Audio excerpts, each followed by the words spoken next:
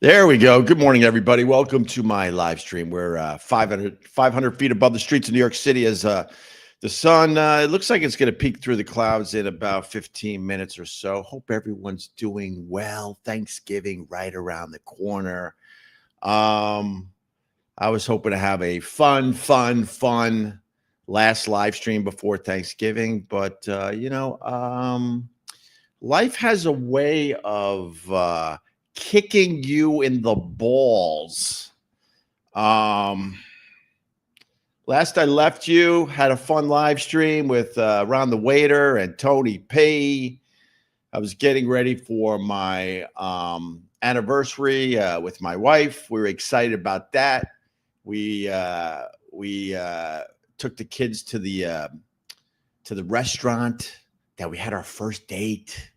Things were looking good for the weekend, looking good. And then and then I get a call from my older sister, and she basically announced to me that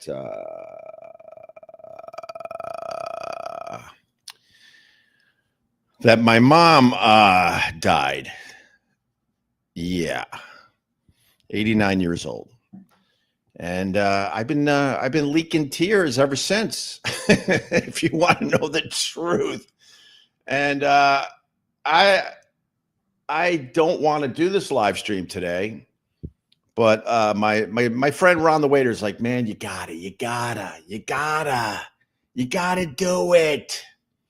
So he should be on in a few minutes, and we're gonna probably roll through this, but I have very, very mixed emotions about the passing of my mom. 89 years old. I'm not going to sugarcoat it. She died alone. She died knowing that all her kids stopped seeing her years and years and years ago. And that's where we're at today. Extended family reaching out, basically saying, try to see the good. They all knew that we had a very, very tough mom, a mom that rarely gave us a break, a mom that brought a lot of sadness, a lot of negative energy into our lives. Is there good in there? Sure, there's a lot of good, but like I told my brother, I'm pushing through the sludge today and yesterday to try to find the good, and hopefully we'll get to that point eventually. But here he is, Ron the Waiter. Hi, Ronnie. Good morning, everybody. What's going on, man? Well, what's going on with you? That's the real question.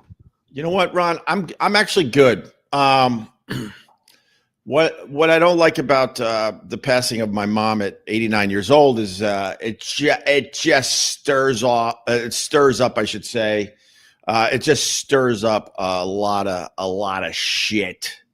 Hold when on, you I have work a on question. yourself, when you try to move on from situations, when you put up boundaries, when you decide, when you make very tough decisions and decide you're actually going to remove people from your life. A lot of that stuff just settles down all nice. 20 years of therapy and surrounding myself with good people. All that stuff settles down nice. But then as soon as I found out that my mom died at 89 years old a couple days ago, it just stirs it up. So it's all in the air again. So my thought today is I just want it to settle back down. It'll always be there. Just let it settle back down. That's what I'm thinking today. This is my question. Yes. This is not a shocker. It's not like all of a sudden your mother had like leukemia and died a week later. Like, you were preparing for this. You seem a little surprised, actually. You seem like, it's not like you got caught off guard, but I think there are emotions I think you have been suppressing, because I think you were trying to say to yourself, I'm ready for this. I'm prepared. And I think it's healthy that Like, Ron, are in you general, surprised how you feel now, or like, is this how you expected it to go? I haven't really had a good cry over it. When I Oh. told my wife, I made a joke out of it, and I'll explain in a second. I said to my wife, Mom gave me one final shot on her way out. What do you mean on her way out? Well, she died, and she gave me one final shot. I shed some tears when I was telling my wife, but in general, I've been just leaking moisture from my eyes for the last 3 days, just leaking moisture. My mom died on my anniversary. Jesus.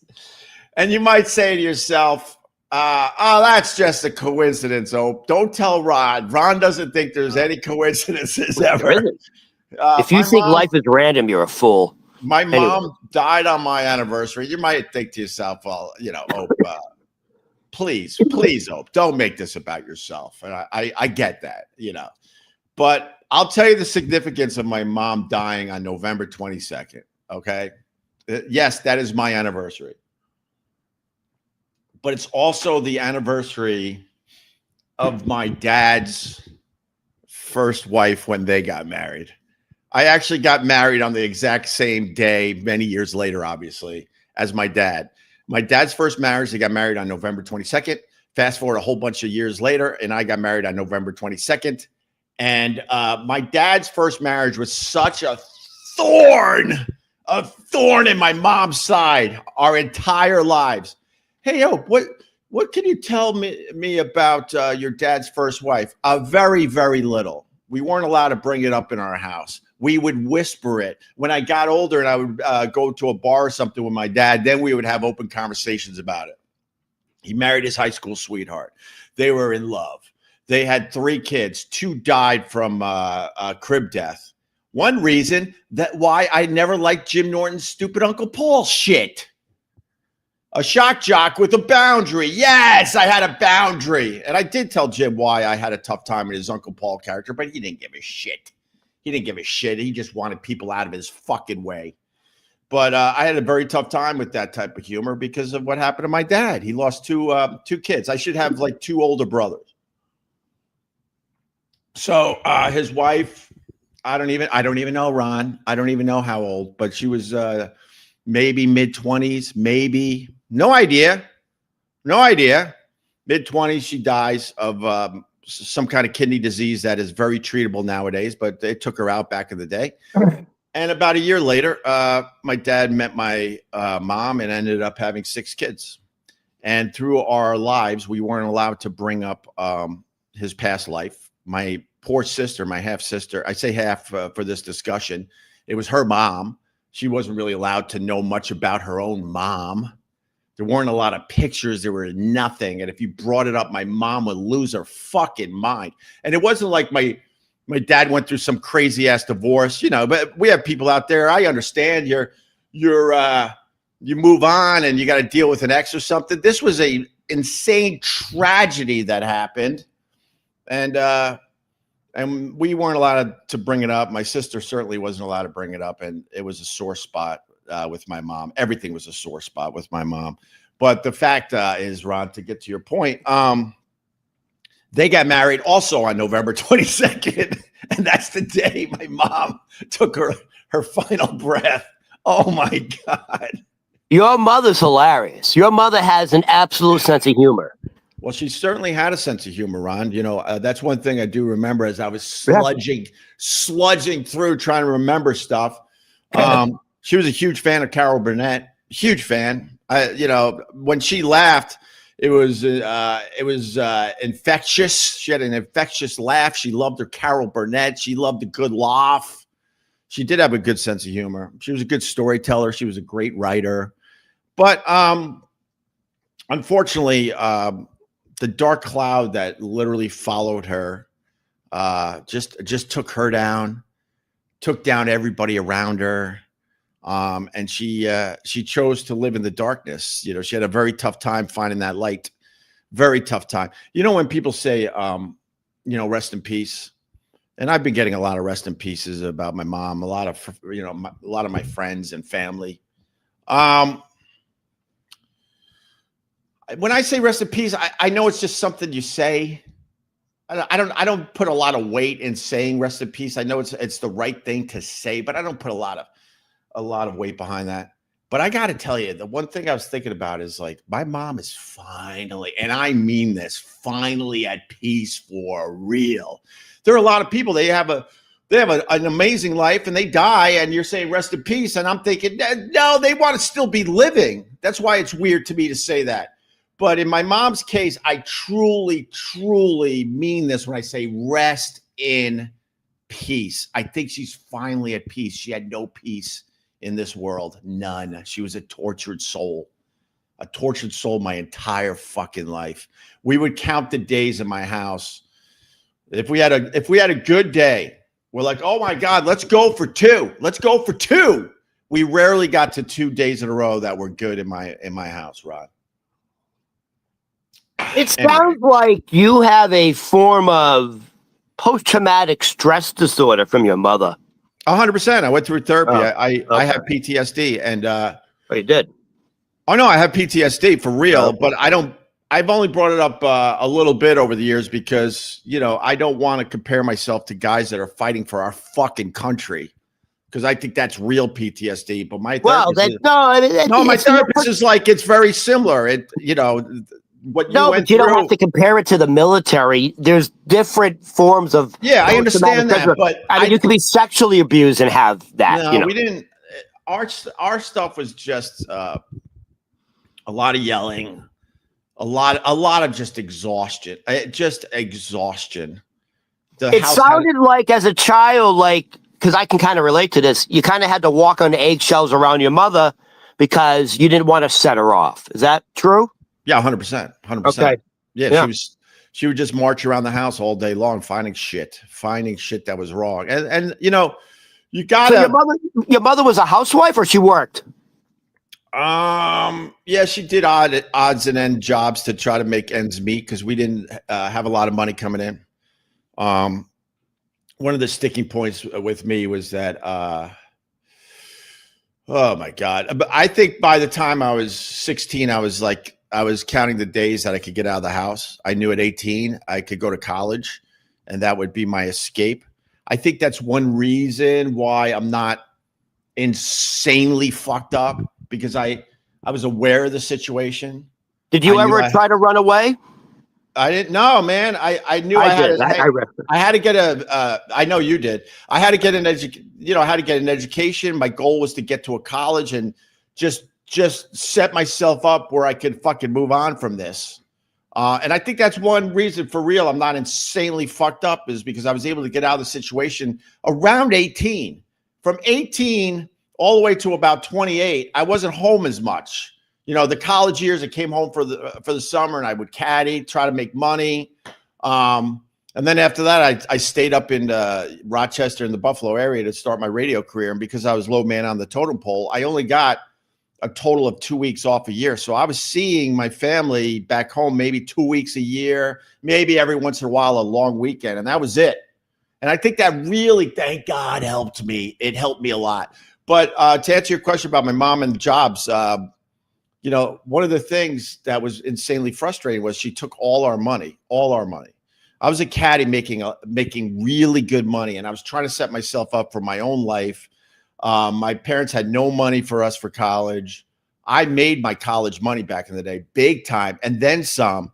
But I had to go to college with zero money because she took every single fucking cent, except for the money I started hiding in the wall, which we've talked about, in the past here. But it wasn't a lot because I had to give her. She wasn't stupid. I had to give up my caddy money, and she wrote it down famously. I'll pay you back. I'll pay you back. And I was pretty much paying for groceries for my family when I was like, 13, 14 years old, man. And so then I went to Geneseo. I should have been able to not only pay for my tuition, but also not have a job and just enjoy my college. But I had to fucking hustle up there. I had all sorts of side hustles and side jobs because I needed to make money. which which was an insanely sore subject with me. So I don't know. I'm just babbling. I know that, Ron. Hey, listen, I can relate to the money thing. My father took my bar mitzvah money. It was like fucking 20, 30,000. He took it. 20 or 30,000. Yeah, bar mitzvah money, serious money, dude. Yeah, I understand that. Some of these people, when they have these bar mitzvahs, the family's spending like a couple $100,000 on the fucking bar mitzvah. Right. Like, you get a lot of money, but back then I think I got like 30,000, which was a lot. My father took it because he was a degenerate fucking gambler, like most mobsters, actually. Right. Oh, wow, we have a lot of fucking similarities, huh? But it was just insanely frustrating. Just literally, she never gave any of us a fucking break. It was exhausting right to the end. Exhausting to the day that I set up boundaries and said, people don't understand this, and I get it. And I pray that most of the people watching this don't understand what I'm about to say, because that means you're not in a horrible situation. But it gets to a point, like, my dad had no choice. My dad was a really good guy, and he believed he could cure my mom of her mental illness right to the day he died. The last thing he did on earth, besides walk himself to an ambulance, and then he had a brain bleed that they would find out about it an hour later, and he went into a coma and never came back. But the fact is, he walked himself to his own ambulance after this horrific car accident. He refused to leave the accident site until they got my mom out of the car. And the last gesture he did on earth was hand over his fucking handkerchief. You know how we were talking about handkerchiefs recently? Handed it to her because she was bleeding all over the fucking place. That was the last thing he did on earth, was taking care of her.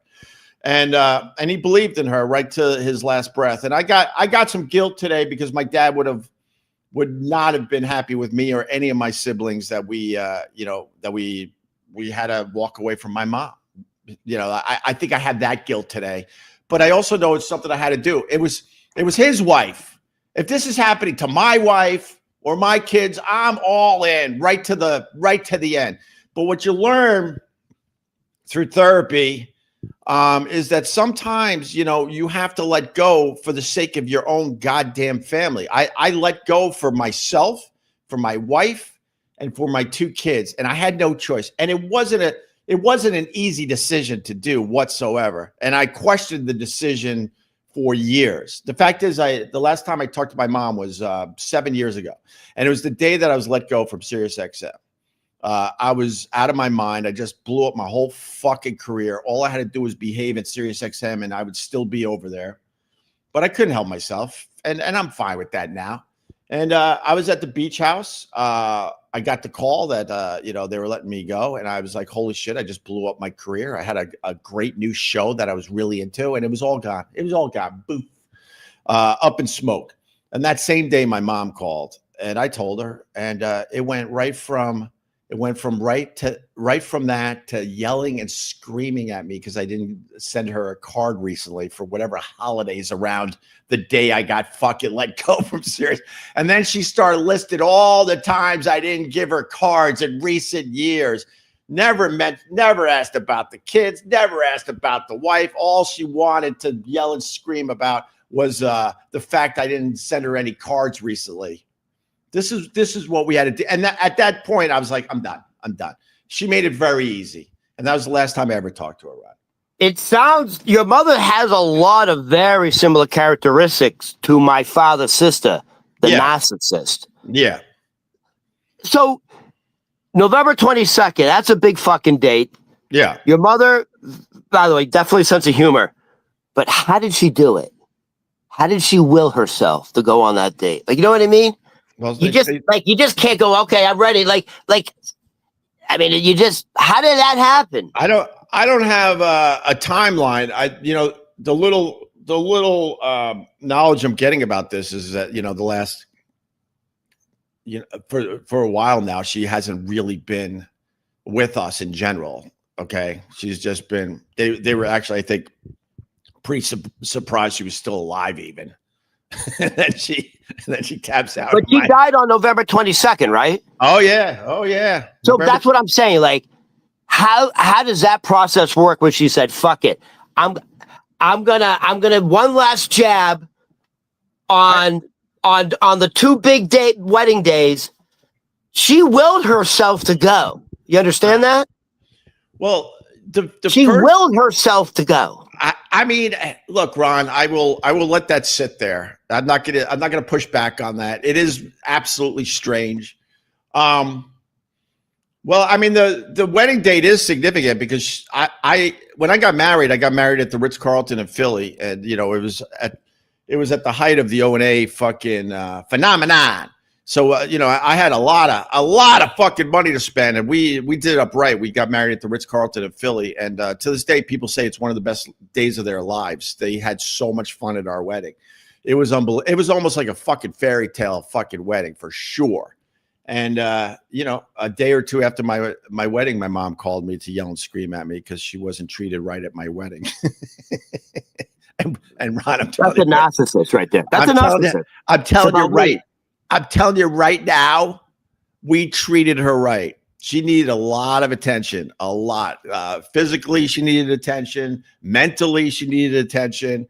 And my thought at the time was, I'm going to put her at a table, where she would be comfortable with people she knows, older people, right? And then I had I wanted to give my own family a break, so they were at their own table because they also didn't want to deal with her. And then the main table was me and my brother and my wife and a few other people, and she was so pissed off that she wasn't sitting at my table on my wedding. And I knew if she was sitting at my table at my wedding, I would have been miserable. And I wasn't going to do that to me or my wife on my wedding day. So was she nice to your wife? Huh? Was your mother ever nice to your wife? Oh, 100%. Oh, okay. No, my mom was tricky, man. If you would have met my mom back in the day, you would have thought she was a lovely lady. No, I'm telling you, they're devious people. I know. Believe me. That's why it's Dr. Jekyll, Mr. Hyde. She knows how to work you, man. She would have amazing conversations outside the house with people. People would fall for her quickly. That's a narcissist. Yeah, they're very clever. They're always conniving. They're always. You know what narcissists do? They're like they play chess. They're always calculating. How am I going to make this relationship work for me? Right. For me. Well, to be fair, just to put all of it out on the table, my mom suffered from severe OCD, severe OCD, to the point where she was convinced she was doing crazy ass shit and that she needed to go to the police station and turn herself in. What does that mean? She's like turning the light off and on like 5 times. There was more thoughts over and over, just terrible, horrible, fucking thoughts that you don't even want to talk about. Just think of the most horrible thoughts. It was more that. Did we have a tidy house? Of course we did, but it was the thoughts that drove her absolutely insane. So you lived in your mother kept a very clean house. Oh yeah, man. We couldn't even have we couldn't even have sneakers out in our room. If we had just a pair of sneakers in the middle of the fucking room, it was hell on earth. Hell on earth. This is where you and I absolutely differ. My mother does not. I lived in filth. My mother didn't clean. Just fucking dust bunnies in the corner, newspapers everywhere. Really? Turn on if you had to turn on the light in the bathroom first. This is Beacon Hill. These are old fucking buildings. Right. She didn't clean. Like you had to turn the light on in the bathroom first, or you would step on roaches. Like just filthy, dust everywhere, newspapers everywhere, fucking dishes in the sink for months, covered in rust. Well, if you didn't clean your room in my house, most of us did because we knew what would happen. You would come to your house. I got to leave my siblings out of it. I got names and stories. But that's their story to tell. I'm just telling my story, and my story is pretty similar to my siblings. The fact is, you know, if you're just tuning in, my mom died. What day is I don't even know what day, like 3 days ago at the age of 89. And she, you know, there's no way to sugarcoat this. She died alone with no one visiting her. No one visited her for years, for fucking years. It's really as sad as it gets. But in my house, if you didn't clean, I have a question. Hold on. So was she like in a nursing home in Long Island? Yeah, assisted living, okay. and then they moved you on to the next fucking corridor, you know, that type of shit. So she was surrounded by her Jamaican caregivers. Yeah, probably. With some dude singing Frank Sinatra down the hall in a break room. Yeah, I guess. I mean, it's fucking sad, but I'm gonna try to find the comedy in it. So your mother already found the comedy in it. Yeah, November 22nd. If you didn't clean your room, it would get to a point where she would completely destroy it, like completely destroy it. Whether it was everything in your room was just in a giant pile in the middle of the middle of the room, broken shit all over the place, or outside. Sometimes if there was a window, just throw everything out the fucking window. And without mentioning names, I remember very distinctly one of my siblings, you know, in their room after one of these incidences. Just in the middle of her room, just crying among her stuff. All her, you know, my wife had to teach me this. Like, you know, when my kids, when they were a lot younger, they lost a toy or something, you know, they would be devastated. I'm like, what's the fucking big deal about that? I'm okay. She goes, no, it's everything to them. Do you understand that? It's like it's like the time when your phone fucking fell in the ocean. Remember how devastated you were for days? It's the exact same thing. And I understand that now. So when I go back and tell this story about my sibling, everything this person owned was very valuable to them. And now they're in their room with their entire room destroyed in a fucking pile, going through it like you go through your house after, you know, a tornado comes by. You know, I have a feeling if your mother was diagnosed now, it sounds like your mother has the symptoms of like bipolar schizophrenia. Yeah, I mean, that honestly, that really sounds like your mother. Was your mother ever on medication for anything? Well, first of all, Ron, you know, you're probably right, but I don't know. Thank God. But you know, we for the most part, most of us don't really know the extent. I mean, I wouldn't be surprised that she really most has of us don't know because that. we just had to fucking move on. But also, Opie, back in the day, they didn't even test for that type of shit. Like back in the day, they didn't know what bipolar was or schizophrenia was. Well, the thing is, it's a nice sunrise behind you. Yeah, that's awesome. Actually, it's beautiful. It really is nice. I can't wait to get out of the city for Thanksgiving and just like fucking walk that beach and breathe. I just want everything to settle right back down to where it was. It's in a good spot with everything just settled down at the bottom. No, that's wrong. If you let things can settle down at the bottom, that's when you physically get sick. That's when you get like cancer. No, I understand that, Ron. But what I mean is like I'm good in general, but with the death of my mom, it just stirs everything up. And I'm like, I have a question. And I would go with these emotions. You should go with your emotions. And then I'm looking forward to it settling back down and working on shit from that level. But hold on, I gotta ask. I know you have a question, and save that because I have to answer your other question, which is very, very important. My mom, when we were growing up, you know, we barely drank. We barely partook in any drugs or anything like that because it would be hell on earth if we came home with alcohol on our breath. I told the one story when my dad picked me up and I had a few cocktails with my friend John, and I was young. He was out of his mind panicking, and we had to make a plan on the way home because he just knew my mom would lose her shit. So the fact is, with my mom, if my dad had a second beer at dinner, she would lose her mind. And this is all based on the fact that she was brought up with a severe alcoholic, you know, an alcoholic that I don't know what happened in my mom's house. I never wanted to ask her.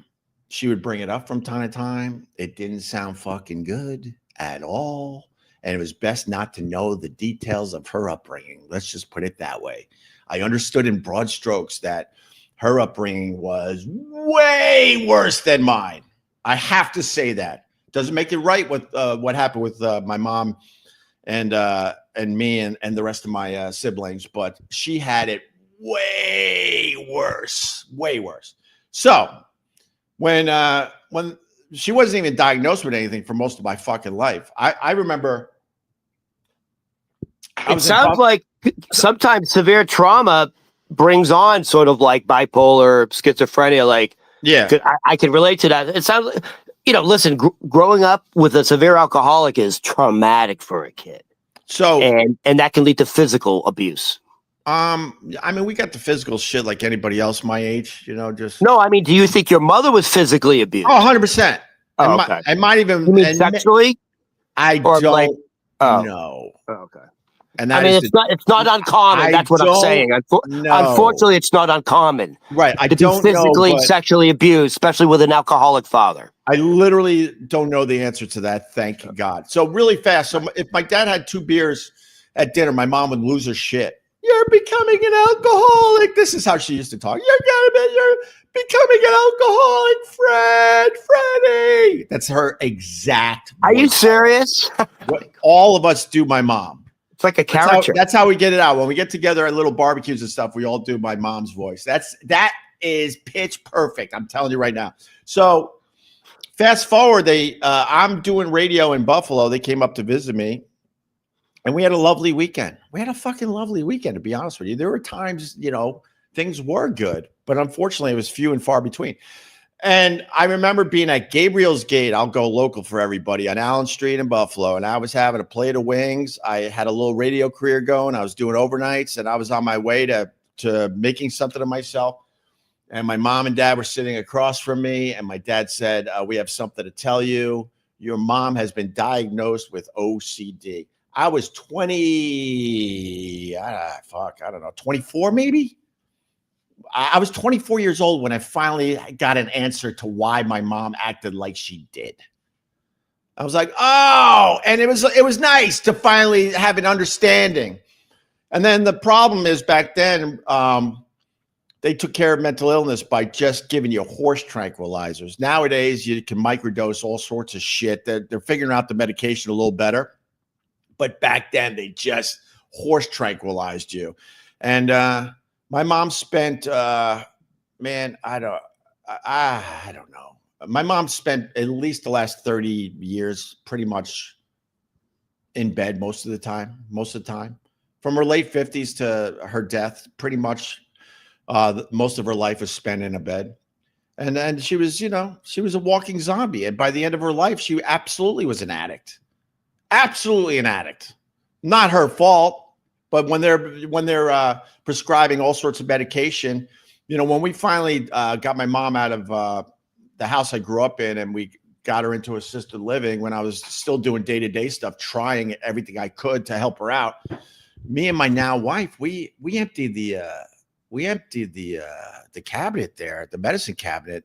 We had 2 bags of fucking pill bottles, 2 bags.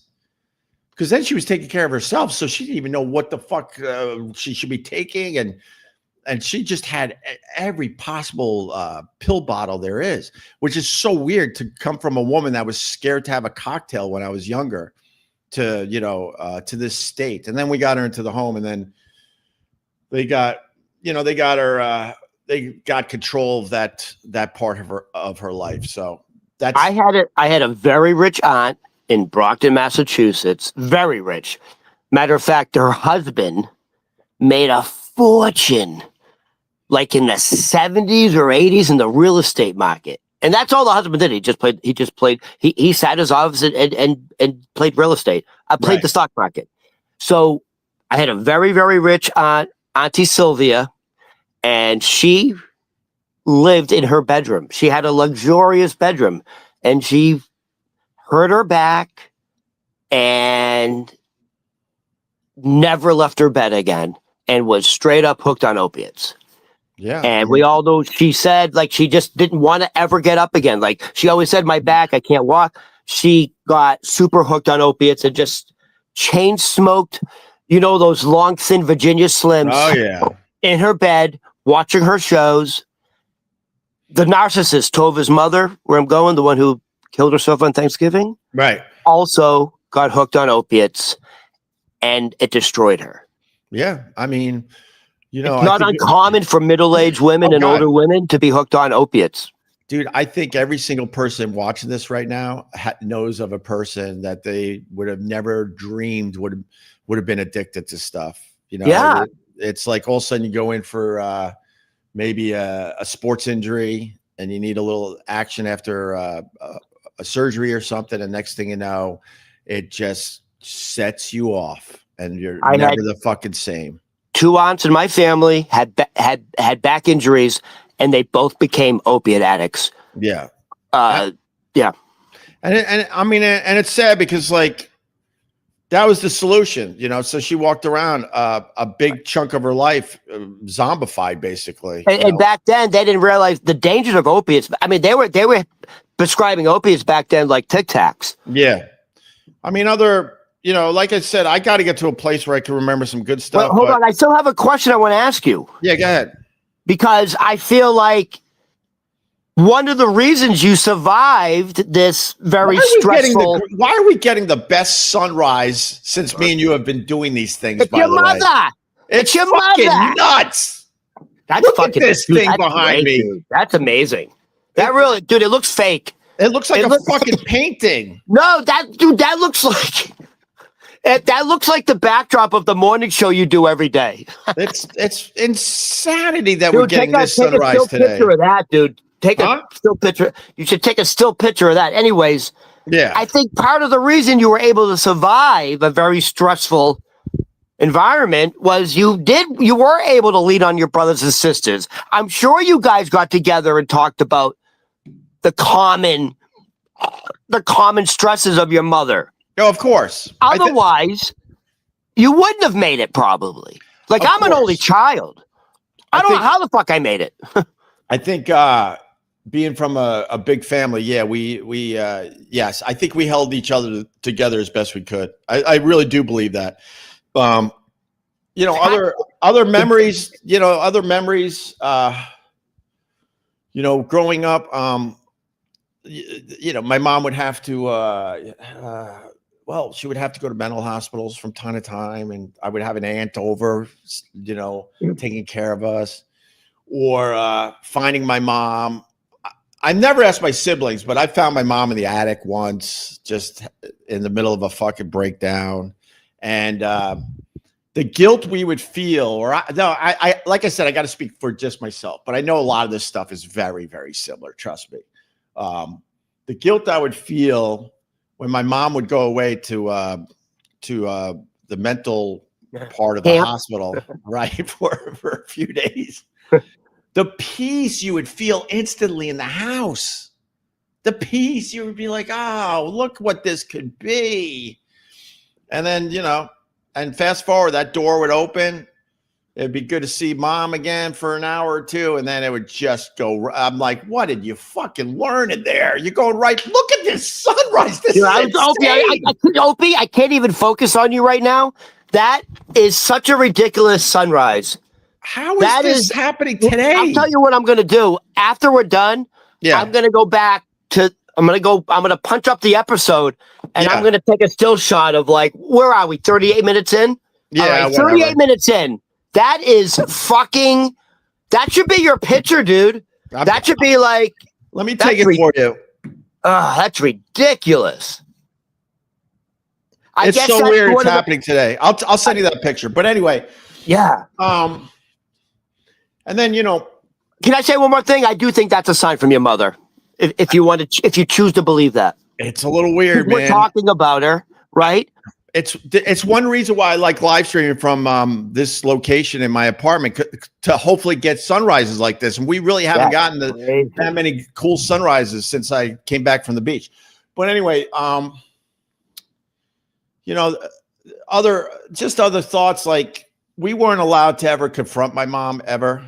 We knew it was, you know, the lesser of two evils was to just let her fucking run the house like that. Was your mother like a religious woman? She went to church? She hated the Catholic Church. Oh, okay.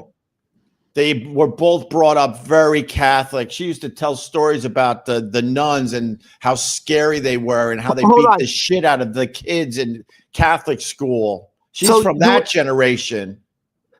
Hold on. Let me try to understand what you just said. Your mother and father were both raised very Catholic? Yep. And then they turned out to hate the Catholic Church? Well, my dad realized that the Catholic religion wasn't telling the full story. Right. He was really obsessed with that, and he loved digging into all the scrolls and all the stuff that wasn't actually too public. He was very interested in digging the mysticism of it, much deeper than what the mysticism. Yeah, because supposedly there's a ton of shit they left out of the Bible and all this stuff. Right. And I just find it odd that he was into all of that. Yeah, huh? I just find it odd. I find it odd if, like, for your mother, you grow up a strict Catholic and then that hating the Catholic religion. To me, that says something bad happened. Well, no. Well, she would talk about the nuns, and they would physically abuse you in Catholic school. Yeah, she's from that generation. If you have older people of the Catholic faith in your family, they will tell you stories that the nuns were to be feared. They were scary people. They would hit you with rulers on your hands and stuff. They were disciplinarians. It was bad. You know, the reason I say that is because I'm from Boston, and the Catholic Church, there was such a scandal in the Catholic Church in Boston that pretty much, if you're from Boston, either you were molested or you knew somebody who was molested by a priest in Boston. That's why I'm like, that's why I said that. I'm wondering what happened to your mother, but I guess it was the nuns. She would focus on the nuns, and then she turned her back on religion in general, because I've said it recently. You got to give her a little bit of a break, because she also had 7 kids on top of her issues, and that's not easy. And my mom, I will say this about her: she tried her best with what she had. She definitely tried her best to raise us properly and make sure we had clothes and food and everything else. So I have another question. Yeah. What the hell did your father do your father must have been making a lot of money to support 7 fucking people. How do you support 7 people? How do you feed them? How do you clothe them? We were in extreme debt. My dad died with not even really a bank account. What did your father do for a living? He was like an entrepreneur. Entrepreneur. Well, he had early success in real estate. And I tell this, and people, I don't give a shit what people believe or not. This is the God's honest truth. My dad ran in the same circles as Donald Trump's father back in the day in Long Island City in real estate. He knew Donald Trump's father. And my dad was pretty successful in real estate back then. But it was also back then when you weren't making insane money like they do today. But he did all right for himself. And that all went away when he met my mom, because my mom, I think the story of my dad is that he was more than capable of providing for a family of a total of 9. But with my mom's issues getting worse and worse year after year, it made it almost impossible for him to even leave the fucking house. So it all went away slowly. And then every once in a while, he had an office in the house I grew up in. He was in there like 16 hours a day, hustling. He turned more into an entrepreneur. And then every once in a while, he would hit on something, and we would have like a huge check come in. And it would be nice, but that money would go away really quickly. And for most of my time growing up, we had very, very little money. Very little money. All right. So here's another question. So what's the next plan? Or like, you having a big funeral? Like, what goes on now? What are you doing? I think she's already been cremated, and I don't think there's going to be a memorial, because that's like just the family. What about the cemetery? You don't have a plot for her? You don't have like a we have beside your father, right? Yeah, we have plans for that. I don't know how that's gonna. I don't know. She might be buried by just some. She might just be buried with a couple Mexicans and some shovels. No, they don't bury like the family. They're gonna put her. I think in with my dad. So okay. And I think that's in Long Island. I think that might happen with none of us around, and then maybe eventually. I'll go there. But that's in Long Island? Yeah, somewhere on Long Island. But anyway, what was I saying? So, so my mom. You get together, you put the rock on top of the. All that stuff. So my mom is like, she didn't like the Catholic faith because she didn't want all of us kids. She told anyone that would listen, she didn't want all these goddamn kids. One of my siblings told a story to me a couple of days ago that he was living in the house after college, and he was paying rent. My mom was all about making us pay rent when we moved back in. Oh, give me the rent, $200 a week, and that's a lot of money. And he got a gig in the city. He was going to move out to try to start his own life with his job in the city. And my mom turned to my dad and said, "I told you we should have had an abortion." Jesus Christ. Just fucking crazy, dude. Fucking crazy. And what does your father do when she says that? He like chuckles? No. He was deeply depressed that he couldn't figure it all out. But he doesn't say like, "Hey, you don't talk to my kid like that." No, man. I mean, that leads to something I do want to say. My dad, he didn't stick up for you in front of the mother? Not as much as, like I said, this is my story because I know I was your father afraid of your mother? Yes, I have probably a couple siblings watching this. I think my dad was doing the best he could with the situation. He knew, like, I don't know what the fuck to do. He probably was thinking, I can't raise 7 kids by myself. He was absolutely scared of her going off the deep end. One thing that really needs to be said today, I told my wife this years ago, and she just, it floored her. I grew up in a house where I was convinced that if things went too sideways, my mom would end our life. I was convinced of that. I was convinced she was capable of doing that. That's a big burden to carry. I was convinced of that. Whether it's real or not, doesn't matter if it's real or not. But so when I was getting older, like most of the time in the house, we weren't allowed to talk back to my mom, confront her on any of the shit she was doing, because it would just make it way worse, like way worse. But then you get a little older. I'm coming home from college. Now I got some balls. I got a foot out of the situation. I got a life outside the house. So I started confronting her a little bit. And one time she was in a full mental breakdown. And there was a confrontation between me and her because I was like, this is wrong. I would tell my dad, this is wrong. This is wrong what mom is doing to us. Not just me, us. And you know what my dad's answer was? And my dad was a great guy. Great. I don't want to like sugarcoat it. He was a great guy. He would say, she's mentally ill. That was his answer. When all hell was breaking loose. Suck it up. When all hell was breaking loose around our house, and I would go to my dad. Like I said, I'll tell my stories today. I would go to my dad. You see what she did? You saw. Like, I'm like almost thinking like, finally, right? And he would go, she's mentally ill. And then you would have to just like sulk away like, fuck, man. Like, what the? I mean, come on. Well, by the way, that's another type of trauma when you go to your father to save you.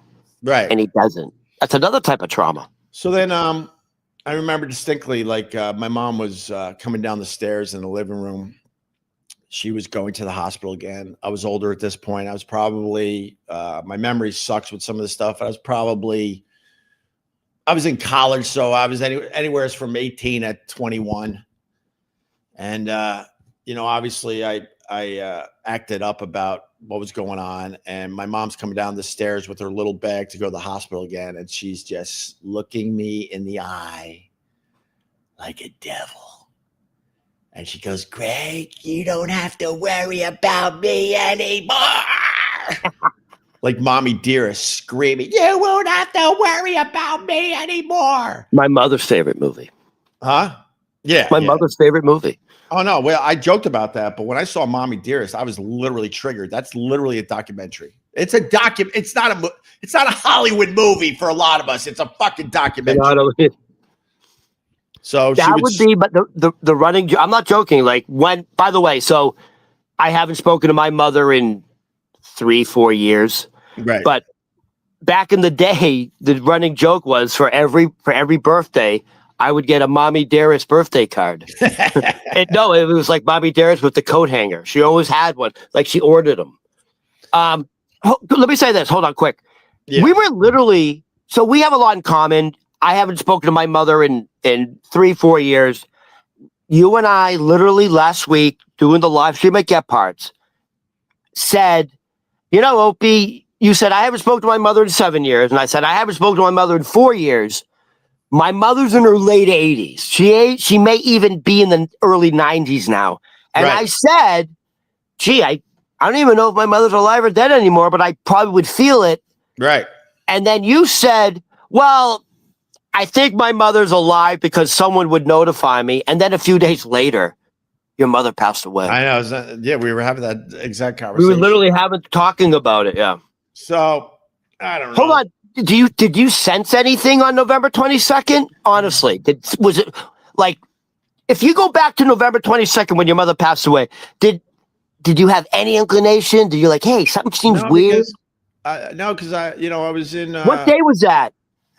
Saturday, right? I was. No, man. Me and my wife were celebrating our anniversary. We were very, very happy. It was casual but cool. Right. I had the idea because now my kids are older. I had the idea of eating at the restaurant where me and my wife had our first date, which was literally the day before I was restarting my radio career. It was the day before I had my first show at SiriusXM, and we went to this little local restaurant. And in the Upper West Side? Yeah, close to here. So we had an awesome dinner. Everything was just nice. So. Yeah, because me, the Star Wars thing, like Obi-Wan Kenobi, I feel a disturbance in the Force. Yeah. I truly believe I would sense something. I do.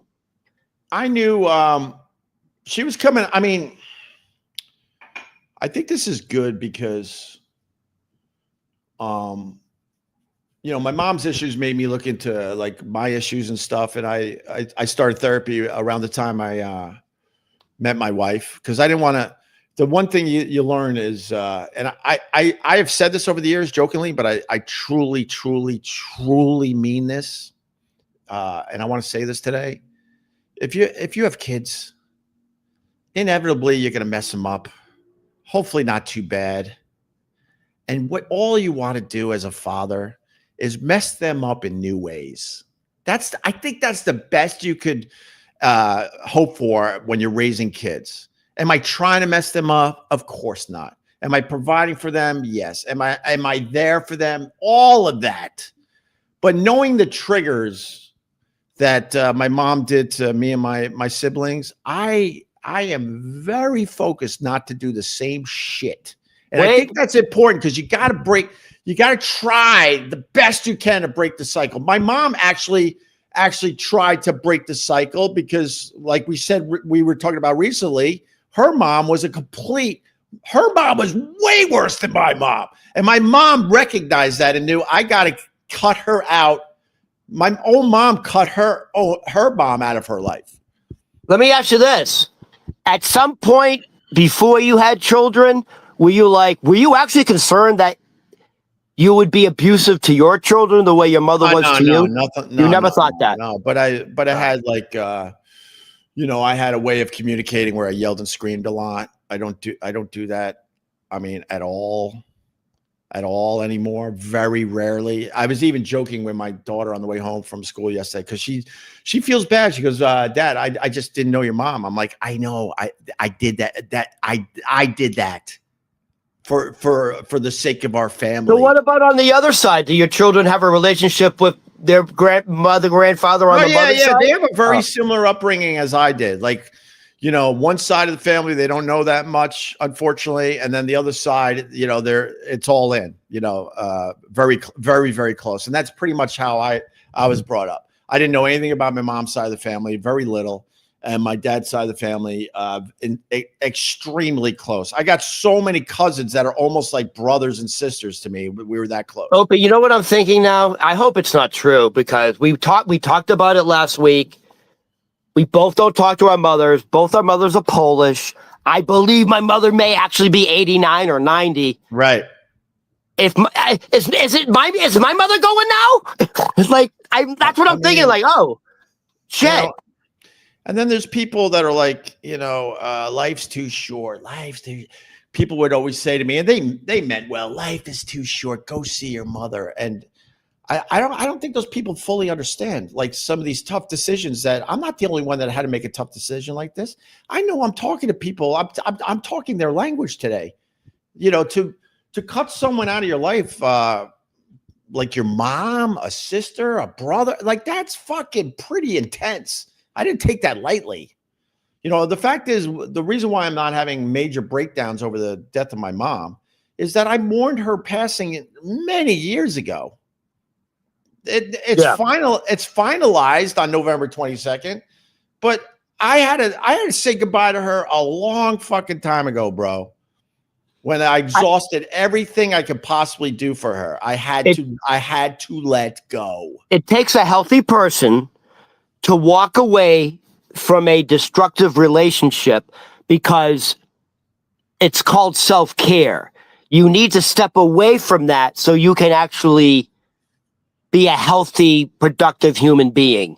Yeah, by the way, people say to me, Ron, are you serious? You haven't spoken to your mother in 4 years? What are you fucking? Life is too short. Go reach out to your mother now before you regret it, before it's too late. I'm like, you don't get it. Calling her would be the regret because thank you for saying that. It's pure toxicity. You don't get it. Saying that. And listen, you don't get it. It's harmful for both of us. Ron, we're kind of similar, man, because when people say life is too short to me, I get so mad, and I'll tell you why. The reason I do certain things is because life is too short. Life is too short is the reason why I had to cut my mom off literally 7 years ago. It was because life is too short. There's other things without getting into it. Why don't you do this, Oprah? Do that, Oprah? And my answer always, and they always say, life is too short. Why aren't you blank? And I'm not bringing up people from my past right now because it's not about that. But I will always write them back and say, that's the reason why I don't do it. It takes a strong person to walk away from a loved one who's abusive, because otherwise, if you don't walk away from that person, you become codependent and they will suck and drain your life force and you won't be able to continue on your life's journey. Dude. So it is a very brave thing to do. And you have to do it because life is short. Life is short. Dude, can you put on a red wig, dress a little sexy, put on a little makeup? Because you sound exactly like my therapist. Oh, your therapist is a Jewish woman? Really? That's what your therapist says to you? I had that exact rap. Exact rap. And she's spot on. There's reasons. My mom is the reason that thank God I don't do this anymore. My mom is the reason why I surrounded myself with very toxic people. There's a reason, because I learned through therapy, and actually my wife gets a lot of this credit too. I learned that the reason why I surrounded myself with toxic people was because that was my baseline growing up. My baseline all you knew. Huh? It's all you knew. It was your comfort zone. It was my baseline. I needed chaos around me to feel something, to understand. Interesting. You needed chaos around you, and you became a shock jock. Yeah, and then I didn't even understand that until I went through therapy. That was my baseline. I make much better fucking decisions who I allow in my life. Thank God. But that's all I knew. I had, I try not to, like I've said many times, I try to not go through life with a lot of regrets, but there were really solid, good people that I could have been friends with over the years. Good people, man, solid.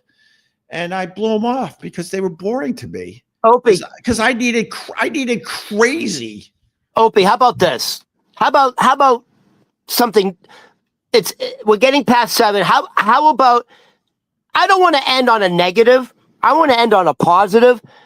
Give me a beautiful Thanksgiving memory with your mother. Oh, There has to be one. There has to. I mean, every Thanksgiving can't be a disaster. Come on. Wow. I'm trying. Really? Are you telling me Thanksgiving was super stressed? Like you don't have a beautiful, loving Mary? No. The fact, it's really important to say that, my mom raised us the best she could. She gave us good, solid values. She provided for us the best she could. She worked her ass off. Unfortunately, because of everything, it makes it hard to remember that stuff, but there was always a meal on the table. Thanksgiving was always over the top. Thanksgiving was actually a day that was a happy day in our house. So hold on. So your mother was a good cook? She was all right. Yeah. I mean, over the years, her skills kind of fell off, but she had a meal on that table every single night. And Thanksgiving was a day I did look forward to, and we all would go back home to my mom's house. And we knew that was a day that there would be no fucking turmoil for real. None. So there you go. Yeah, none. And then the other side of that is then you would have the hope that, okay, this could be the beginning of something, you saw what it could be.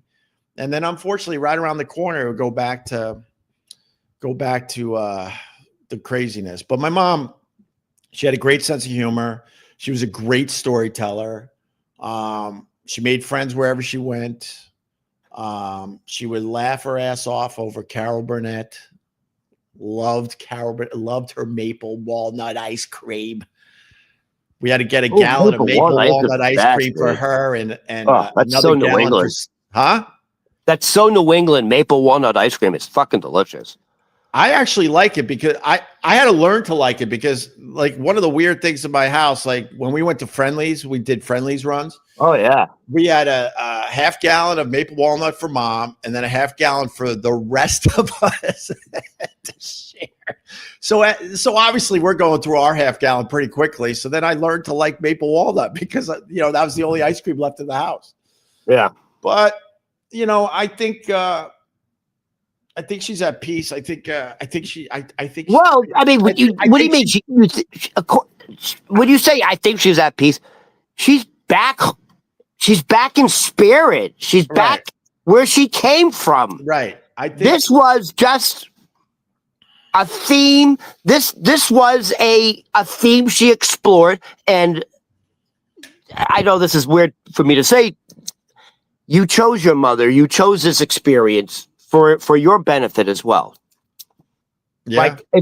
I think, no, she is at peace. I mean, this life was very, very tough for her. She had an insanely tough life. And I think she tried the best to her abilities to try to figure it out. And in the end, I don't think she ever fucking figured it out. And, rest in peace to my mom. I mean, that's that. So what about, does she have belongings? What happens to all that stuff? Very few at this point. She's been I don't even know if there'd be anything that she has that I would actually even want. Like, is there like a will? You got money coming? I don't. I mean, God bless one of my brothers. He's been the point man with that stuff for a lot of years, and I know that was tough on him and stressful on him. And I don't know. I'll learn more. You want a good memory? Yeah, go ahead. Okay. So in my house, when you acted up and my mom was mad at you, right? For nonsense, by the way, you're looking at 7 kids that are good fucking solid people. There's nothing majorly wrong with any of us.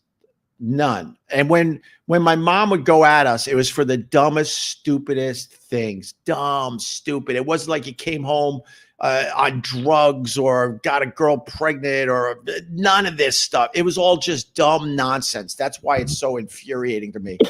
But when my mom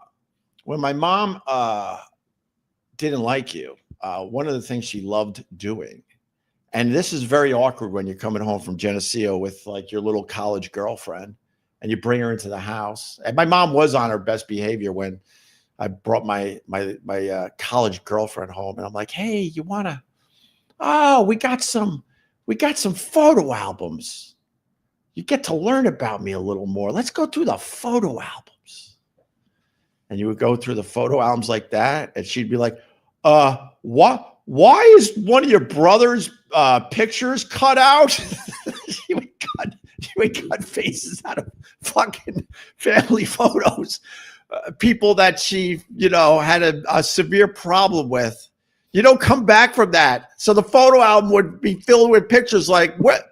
I don't want to mention names. Why is his picture cut out? Oh, my mom had a falling out with him, and this is how she handles it. She cuts his face out of all the family photos. Is that a good memory, Ron? Is that a good The memory is like your mother with scissors in her hands. It's a little scary. Yeah. Well, I have one brother. I do remember you telling me a story about like Christmas morning where you guys had to rush out or something and get a card, or was it for her birthday? Jesus. Well, I mean, there's plenty of stories, sure. Like my mom, a card to my mom was everything. But we were just irresponsible kids. So, it's like my son. My son doesn't get us a card for everything. And I'm like, I get it. You're fucking 15. Like, I get it. You know what I mean? But in my house, if you didn't give my mom a card for, let's say, Valentine's Day or whatever, she would yell and fucking scream. Yell and scream, where's my card? Where's my card? Freddie! And then as kids, we would walk to the stationery store, young kids. I don't think I was a teenager at this point, maybe 12, with tears in your eyes to go get mom's card from the stationery store. And then you would walk home. The stationery store was a short walk for us. And then we come back in the house. Thank God. And then we come back in the house with her Valentine's Day card. And she'd be like, oh, what's this? And then all happy as she's reading her card where we're signing it like you're the greatest mom ever. And you would still have tears in your eyes. It was, I can't sugarcoat it. It was tough. It was a tough upbringing.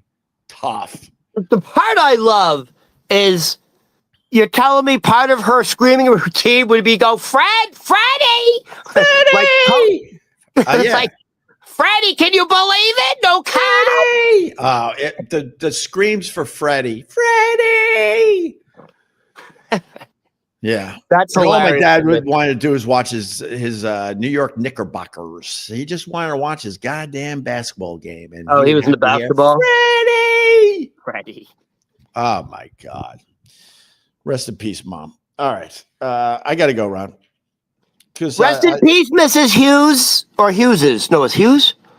Hugheses. Yeah, sure. How do you pronounce your last name? Hughes. Yeah. Rest in peace, Mrs. Hughes. You have a very nice son.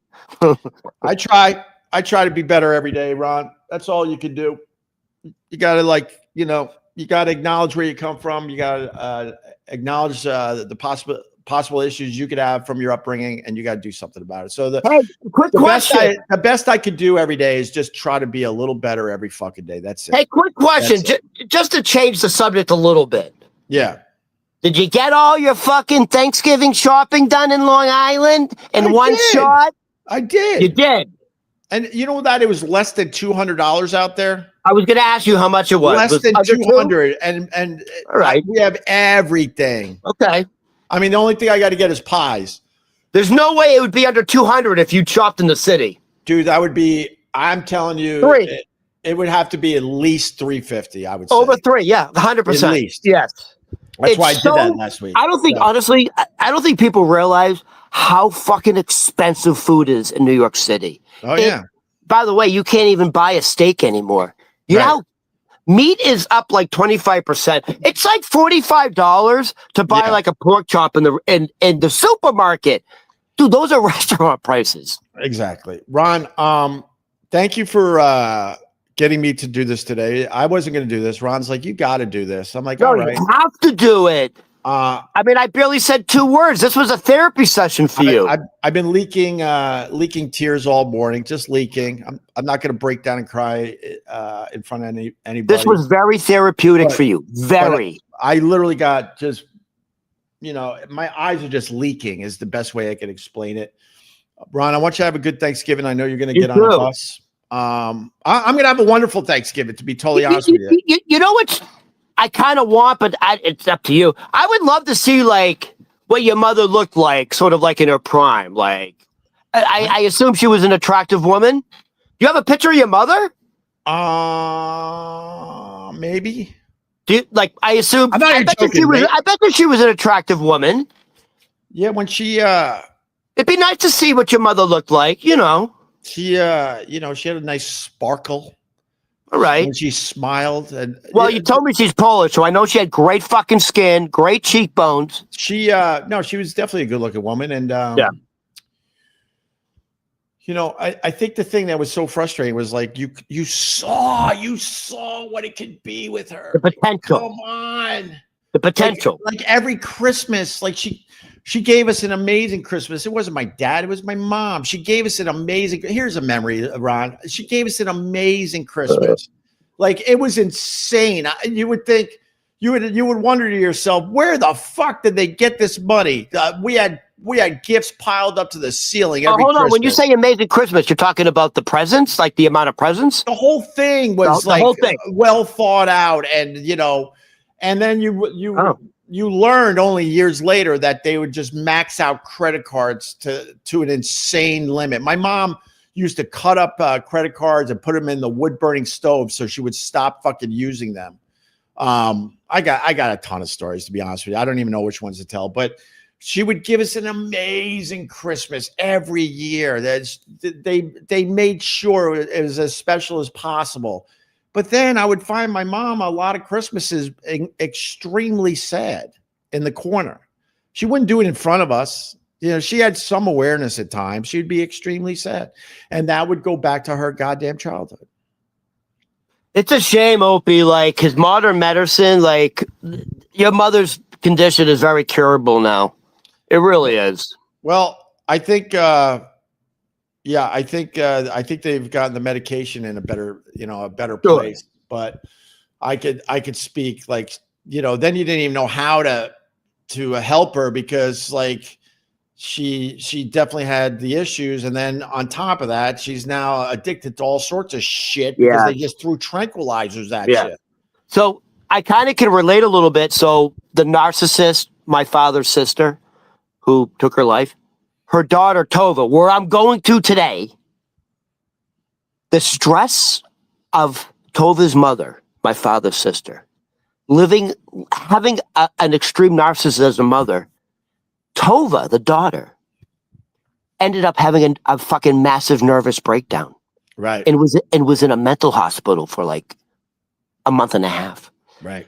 They found Tova sitting on the front yard, sitting Indian style, waiting for Santa to come down from space. She's Jewish, for Christ's sakes. And she got diagnosed with bipolar schizophrenia.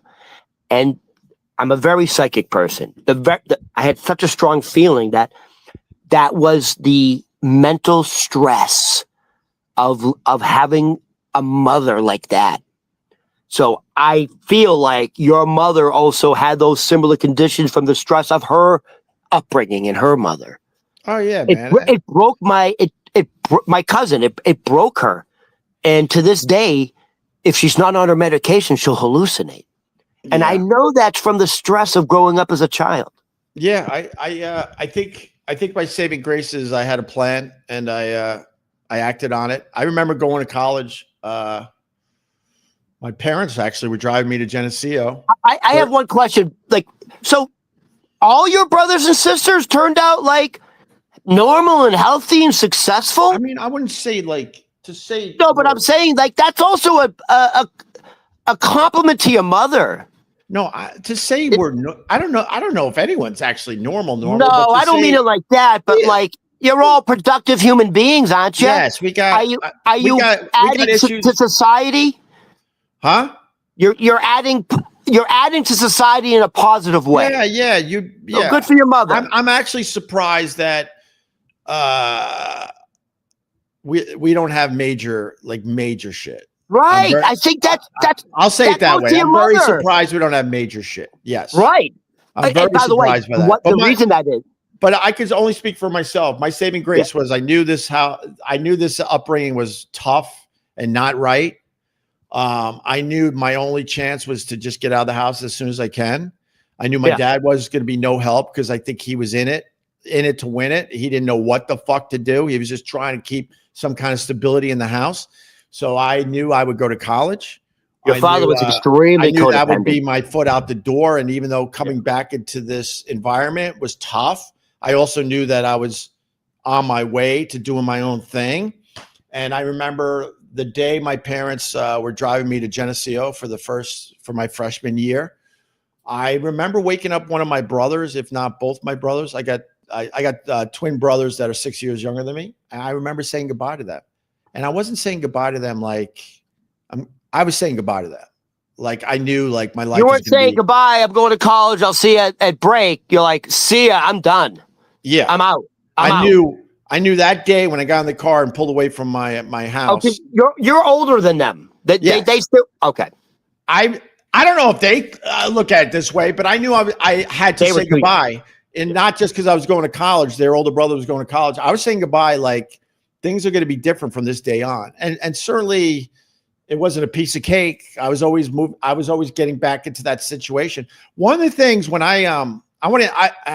there's so much, Ron, but I got to go. When I was in Boston and we got the big gig to move to New York, I remember being at the tolls at the Throgs Neck Bridge. I'm about to have an amazing experience, career opportunity of a lifetime. I was going to be on WNEW in afternoons, like radio guys dream of this. I was happy in Boston because I was so far from my mom. Because the distance thing, and back then it took a lot to keep in touch with somebody. Long distance phone calls and stuff were not cheap, so she couldn't call me on a regular basis. And I remember I would hang up, whether I was in Buffalo, Rochester, or Boston. I would hang up after one of these phone calls. I'd be depressed for days.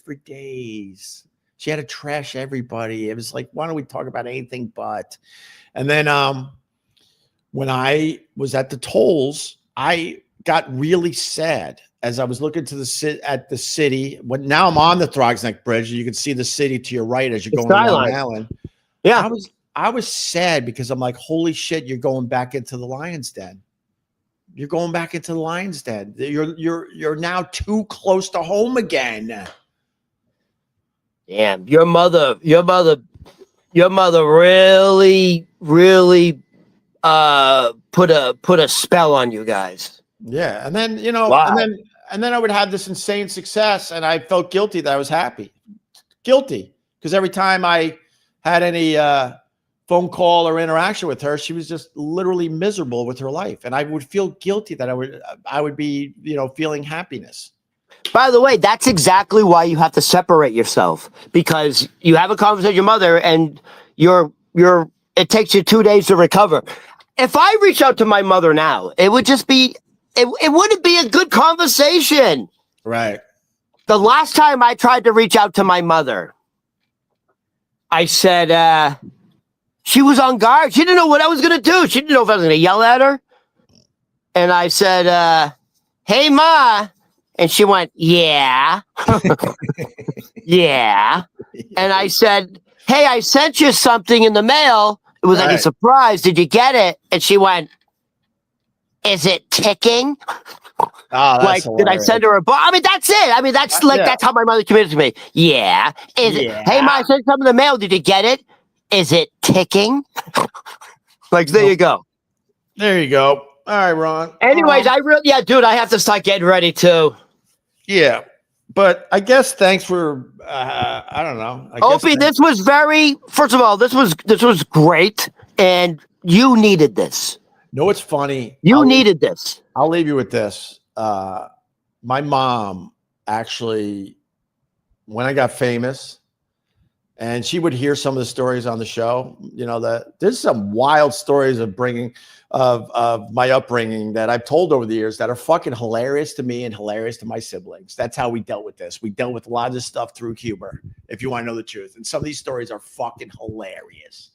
My mom begged me most of the time I was famous. I'm not famous anymore, but during the time I was famous, to not write the book until she died. Because people are like, why haven't you written the book? And I'm like, I can't write the book without really dipping into this fucking heavy shit. And my mom had enough awareness to go, don't write the book until I die. Simon and Schuster, are you listening? Oh, yeah. Yeah, when people are New just York Times bestseller. When people are just AIing books now. Mommy Dearest, Right. The real version. All right, Ron. Have a good bus All right, ride. Opie, once again, I'm sorry for your loss. Yeah. And yes, your mother truly is at peace now. And you're at peace, which is even more important. Yeah, I think I am. I think there's like, even though I didn't see her for the last 7 years, there was always like this energy. And you know what I would do, just as very healthy, on Thanksgiving Day, at the table when everyone's eating, toast your mother. Yeah. Ma, thank you. Thank you for raising us. Thank you. You know, there's still positive. Toast your mother on Thanksgiving Day. Give her a nice send off. I like that, Ron. All right, Ron, I gotta go. All right, everybody. Happy Thanksgiving. I say this, I do thank my mom today. I do thank her. Absolutely. I do thank her. Absolutely. And that's it. All right. She brought you into this world, so thank her. She wanted and she me. taught you valuable lessons. Bitches. She wanted me. I was first. And she taught you valuable lessons by showing you the dark side. That's true. There you go. All right. Bye, everybody. Bye, Ron. Thank you. Right, happy Thanksgiving, Opie. Yeah, you All right. too, buddy. All right, guys. I'm definitely taking a few days off. I'm taking a few days off. I'll see you guys soon. Hope you have a wonderful Thanksgiving, and we'll talk soon. Rest in peace to mommy.